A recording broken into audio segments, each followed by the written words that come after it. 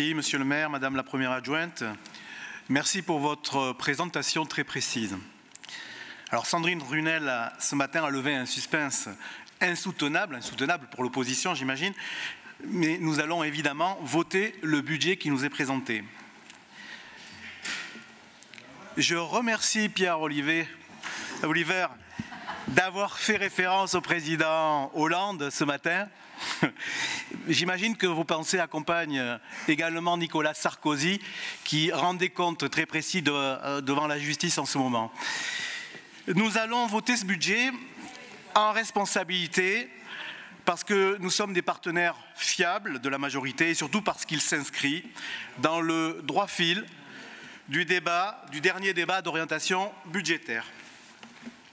Audrey Noc l'a confirmé à l'instant, ce budget va devoir être corrigé d'ici le mois de mai par une décision modificative. En effet, nous n'avons pas, dans le budget qui nous est présenté, pu prendre en compte toutes les contraintes supplémentaires de la loi de finances qui n'a été définitivement adoptée par le Parlement que le 6 février dernier et pour laquelle on attend encore des décrets d'application. Et ces contraintes supplémentaires vont peser très lourdement sur les collectivités territoriales, même si leur impact a été diminué de moitié grâce aux socialistes, dois-je le rappeler, parce que c'est toujours l'esprit de responsabilité qui nous anime, c'est notre façon, à nous, d'être utiles. Monsieur le maire, Madame la première adjointe, la décision modificative va résulter d'arbitrages qui devront impérativement préserver les engagements que nous avons pris vis-à-vis des Lyonnais. Et c'est notre responsabilité de partenaires fiables et responsables de nous en assurer, et nous avons confiance a priori pour que la prochaine copie ne vise pas uniquement à recueillir les bonnes notes des agences de notation. Alors ces évaluations sont effectivement significatives de l'état des finances de la ville, mais sans effet pour les taux d'intérêt des emprunts de la ville, puisque ce taux est fixé en fonction de la notation de l'État, bien plus péjorative que celle de la ville de Lyon, ce qui devrait inviter l'opposition à plus de modération dans ses critiques, plus d'humilité, puisque l'opposition à Lyon gouverne à Paris. Et cette opposition, c'est vous qui avez laissé filer le déficit de l'État, c'est vous encore qui faites le choix de pénaliser les collectivités publiques.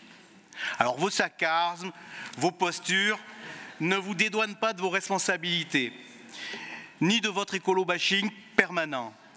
Traduction manifeste d'un manque de vision sur les enjeux du climat et de la biodiversité.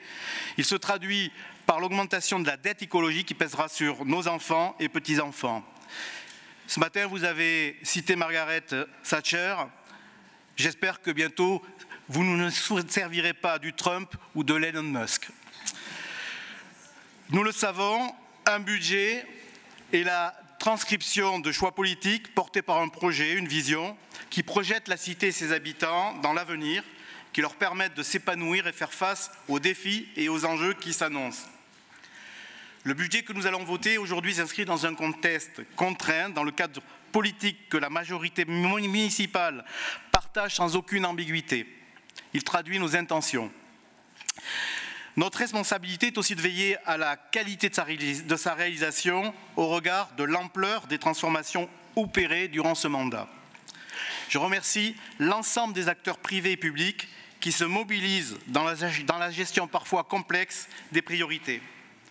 Alors nous allons évidemment voter ce budget et continuer d'agir au sein de la majorité pour que les arbitrages que traduira la décision modificative n'obèrent pas nos trajectoires en vue de rendre la ville de Lyon plus habitable et renforcer la cohésion sociale entre les Lyonnais.